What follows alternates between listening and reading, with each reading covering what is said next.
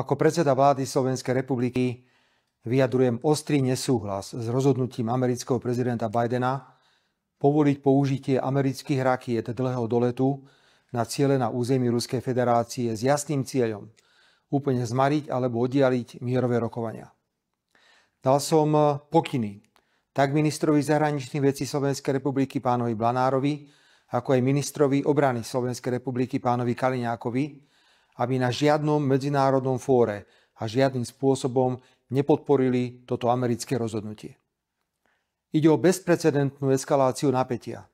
Ide o rozhodnutie, ktoré marí nádeje na začatie akýchkoľvek mierových rokovaní a ukončenie vzájomného zabíjania Slovanov na Ukrajine. Je prekvapujúce, s akou rýchlosťou niektoré krajiny Európskej únie privítali militantný krok Spojených štátov. Ide len a len o potvrdenie, že Európska únia nie je schopná sama formulovať zásadné zahranično-politické postoje a že Západ si želá pokračovanie vojny na Ukrajine za každú cenu. Rozhodnutie odchádzajúceho amerického prezidenta Bidena výrazne ovplyvní aj plány nového prezidenta Trumpa, ktorý verejne prejavuje záujem rokovať o ukončení vojny na Ukrajine. Slovensko susedí s Ukrajinou a má existenčný národno-štátny záujem, aby na Ukrajine bol mier.